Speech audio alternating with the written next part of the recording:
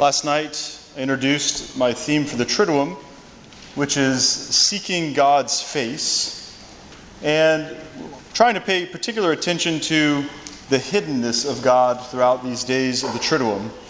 And this theme is coming from my prayer, and particularly two passages from Scripture that I've been praying with a good bit.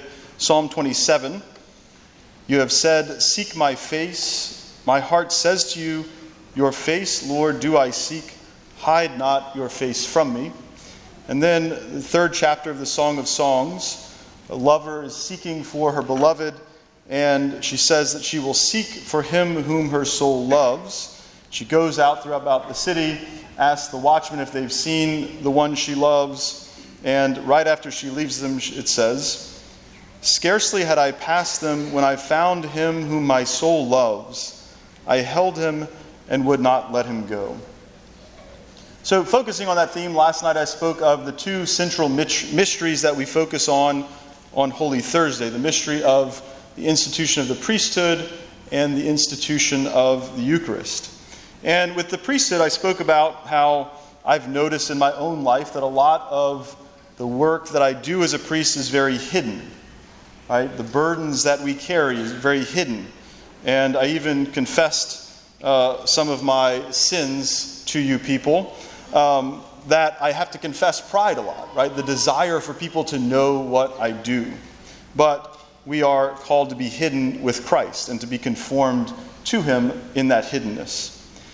And then with the Eucharist, I spoke about how God hides behind the appearances of bread and wine, and God's hiding moves us to search for him more diligently, just like the woman in the Song of Songs. So this brings us to today, the celebration of the Lord's Passion.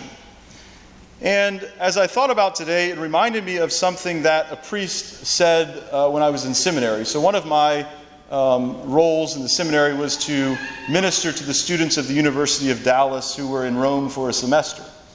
And we were preparing a few of the students for confirmation, and the priest mentioned that if he had to explain Christianity in one statement, if all he had was one little statement to try to tell someone what Christianity was about, that he would do it in this way. He would say, "We have seen the face of God, and we will never be the same."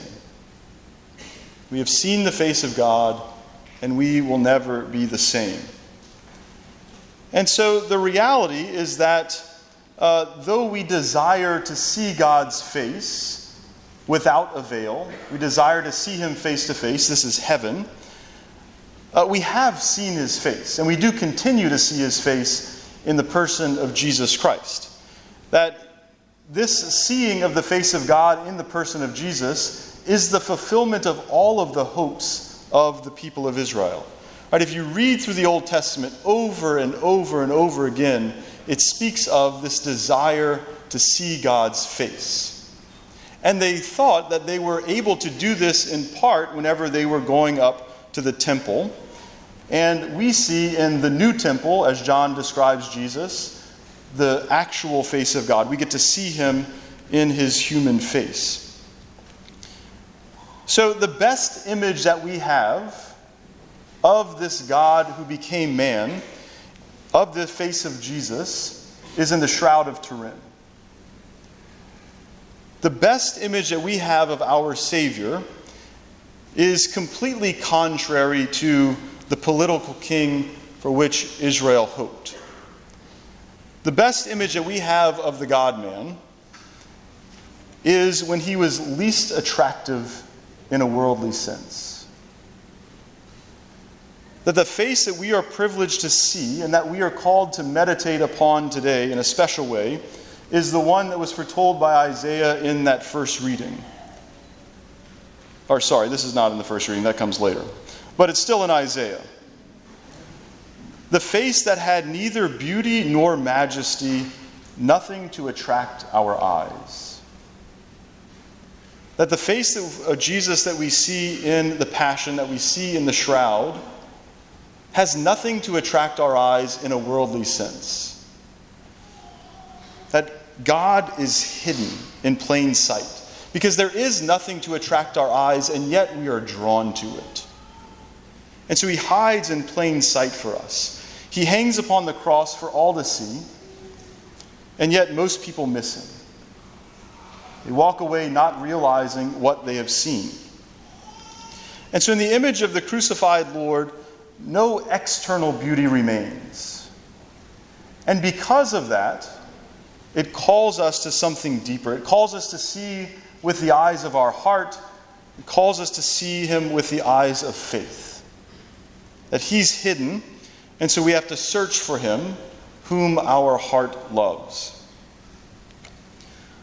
Last night I mentioned that Jesus is nowhere more present yet more hidden than in the Eucharist, and I will stand by that. A close second is on the cross. That Jesus is present yet hidden. And again, now, from our first reading, Isaiah foretells this. See, my servant shall prosper. He shall be raised high and greatly exalted. Even as many were amazed at him, so marred were his features beyond that of mortals, his appearance beyond that of human beings. The appearance of the suffering servant is shocking. And we look upon the God-man in his brokenness, and we see something that is not particularly beautiful, but that attracts us nonetheless, that draws us to itself. And because it's shocking, because we are tempted to turn away, and yet at the same time it draws us to itself, it is a very hidden presence. And we have to do some work in order to see him. And so the reality is that Jesus hides and waits for us in suffering. Now, I don't particularly like that statement. I believe it with all of my heart, all of my soul, all of the little strength that I have after walking through the park. I believe it. But I don't necessarily like it. That Jesus hides and waits for us in suffering. I do like this sometimes. I'll take that back. I like it sometimes. I like it when I'm not suffering. But when I am suffering, I find this very distasteful. But if we want to see God's face, we have to embrace him in suffering. We have to cling to him in suffering. We have to embrace the suffering when it comes to us, as it comes to us, and for as long as it comes to us. Last night I quoted Father Donald Haggerty in his book, Contemplative Provocations. And I'll return to the quote and then I'll add a little bit on to it, which I somewhat purposefully left out last night. So this is the quote that I used last night. This is the provocation of God's concealment to the soul. The contemplative life draws its passion and drive in large part from the pursuit of a loving God who hides and is always beyond grasp. This hiddenness of God, even in his immediacy and near presence to the soul, provokes the searching quest of a contemplative soul for God. And so again, he's kind of recapping everything I said, or I just explained everything he said in a much shorter form, which you might have preferred. But that wouldn't be Holy Week. But then he goes on. The concealment of God is as well a source of trial and suffering in contemplative lives. That if we really enter into this life of faith, if we really search for God, if we really desire to see his face, then it will necessarily require us to have trial and suffering. We cannot have the contemplative life without trial and suffering. They go hand in hand. In another section, he fleshes this out a little more. He says, a deeper love for God is inseparable from being wounded over time. Only by a divine wound does our love for God intensify. This is in part a wound of inner discontent within the soul. And so pursuing God, searching after him, entering deeper into this life of prayer is going to be a trial. It's going to require suffering. It will wound us. But the wound that Christ inflicts on us is one that heals us as it wounds. It's one that draws us deeper into a life with him. It's by not having the beloved with us, by not seeing him, that we are moved to search more diligently for the one whom our soul loves. So how do we do this? How do we cling to Jesus and search for him? How do we come to see his face more and more this side of heaven? Well, we do it by entering more deeply into suffering with him. And again, I don't like this, but it's true, and we have to give it a shot. And this is the constant speaking of the saints. And perhaps no one has said this more beautifully than Mother Teresa. And I have this in my notes. I'm not just saying it because the missionaries of charity are here. Put it in before. Mother Teresa writes this: suffering has to come because if you look at the cross, he has got his head bending down. He wants to kiss you. And he has both hands wide open. He wants to embrace you. He has his heart opened wide to receive you. Then when you feel miserable inside, look at the cross, and you will know what is happening. Suffering, pain, sorrow, humiliation, feelings of loneliness are nothing but the kiss of Jesus, a sign that you have come so close that he can kiss you. Suffering, she says, is a gift from God. It is between you and Jesus alone. The closer we come to him, the more we are going to experience suffering. The more his perceived hiddenness is going to cause pain in our lives. And perhaps the most difficult thing about that suffering, as she mentions at the end, is that we are the only one who knows what it's like. That we can experience the exact same external situations, but nobody knows what I am experiencing in that. Nobody knows what you are experiencing in that. And so this suffering, in some sense, is a very lonely thing. But again, in that loneliness, we have to go to Jesus. We have to go to him on the cross. This is also brought about in the Anima Christi. It gives us something to meditate on and to pray with as we're enduring this suffering. It says, Passion of Christ, strengthen me. O good Jesus, hear me. Within your wounds, hide me. That when Jesus seems hidden from us, we have to go to him and suffer with him.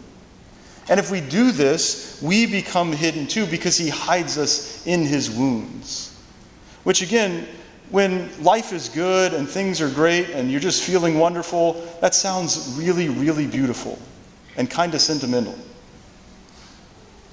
But when we're going through the suffering, we need them. We want them and we like them whenever things are good. We need these words when we're suffering. That we need to beg the Lord to bring us and to hide us in his wounds. Why is this so powerful? Because when Jesus was most in need of consolation on the cross, he was lonely. His apostles had abandoned him. And so he suffered the physical pain, but he also suffered loneliness. And so we can console Jesus by suffering with him now. We can console him by entering into that suffering with him. This is why St. Paul was able to say that he rejoices in his sufferings for your sake. And in his own flesh, he is filling up what is lacking in the afflictions of Christ. That when we suffer, we make up for what is lacking in the sufferings of Christ. Not that his sufferings weren't enough, but that he desired to allow us to participate in that suffering with him. And so that's how we allow ourselves to be hidden in his wounds, to suffer with him. Last point. Jesus himself is the one who teaches us how to do this. Jesus himself is the one who teaches us how to suffer and how to truly enter into his wounds. And he does this most especially on the cross.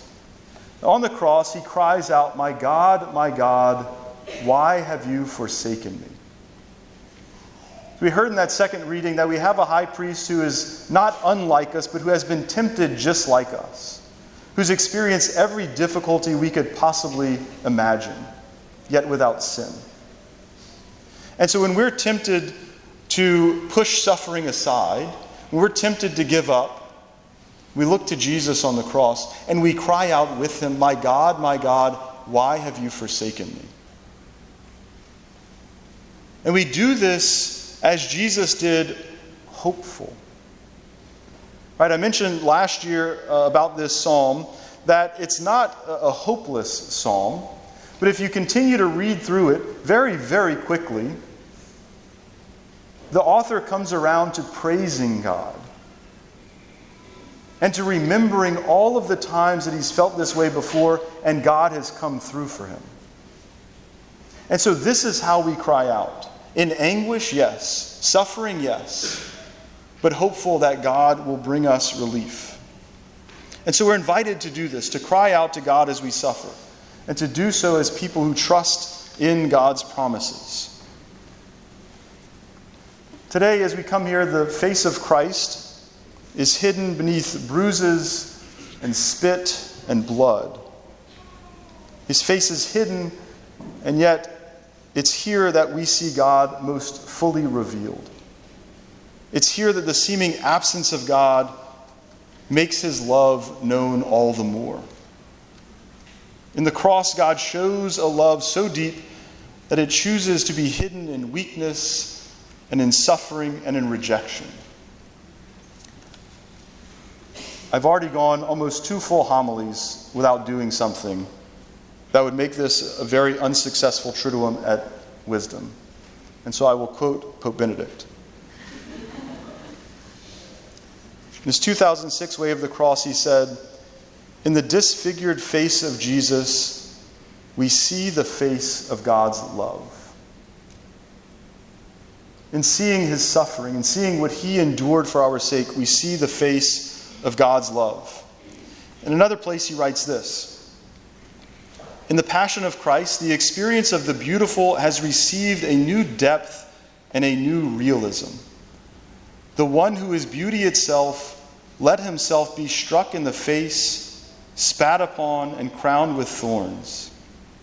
Yet precisely in this face that is so disfigured, you could say so hidden, there appears the genuine, the ultimate beauty, the beauty of love that goes to the very end, and thus proves to be mightier than falsehood and violence."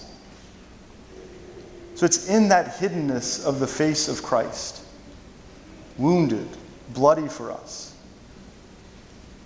It's in that hidden face of Christ that we are called to search for him, that we are called to go after him, that we are called to seek diligently after the one whom our heart loves, and when we find him, to cling to him and to not let him go.